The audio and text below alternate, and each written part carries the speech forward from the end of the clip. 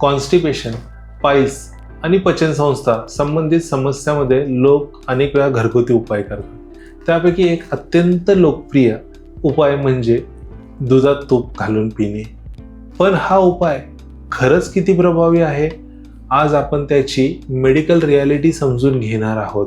तुपामध्ये फॅट म्हणजे स्निग्ध घटक असतात. हे काही लोकांमध्ये शौच अधिक मऊ राहण्यास मदत करू शकतात. दुसरीकडे कोमट दूध शरीराला हायड्रेशन आणि आरामदायक भावना देऊ शकते.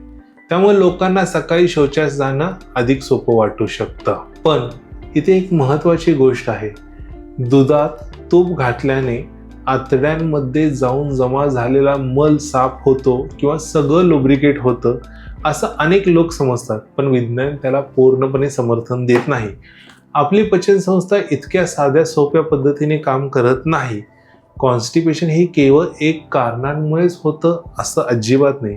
त्यामध्ये फायबरची कमतरता असू शकते, पाणी कमी पिण्यात आलं शकतं किंवा इतर काही मेडिकल आजारही असू शकतात. म्हणून फक्त दूध आणि तूप हा संपूर्ण उपाय असू शकत नाही.